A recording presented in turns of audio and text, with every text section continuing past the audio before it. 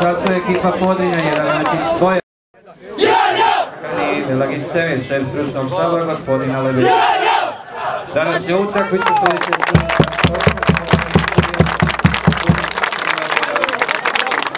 kao i Stojanović.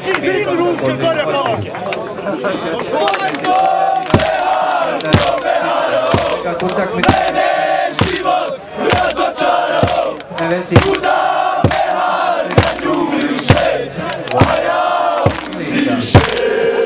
Molimo posao mehar probeharao, mene život razočarao, svuda mehar na nju više, a ja više.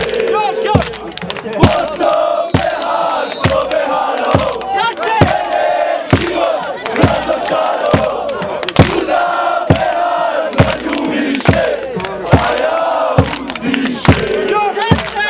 Posao mehar probeharao, mene život razočarao, svuda mehar na nju više, a ja uzdiše. Posao mehar probeharao, mene život razočarao, svuda mehar na nju više, a ja uzdiše. Posao mehar probeharao, mene život razočarao, svuda mehar na nju više, a ja uzdiše. Posao mehar probeharao, mene život razočarao, svuda mehar na nju više, a ja uzdiše. Nije normalan, ovdje niko nije normalan, nije normalan, nije normalan. Podrinje janja! Podrinje janja! Podrinje janja! Podrinje janja! Podrinje janja! Podrinje janja!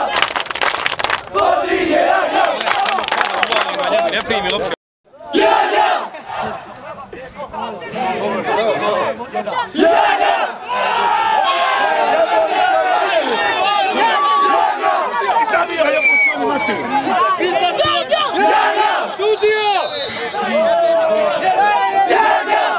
Bio si kod njega, jebo ti on maci.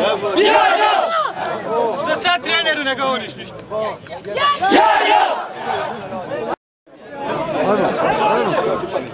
Ajmo!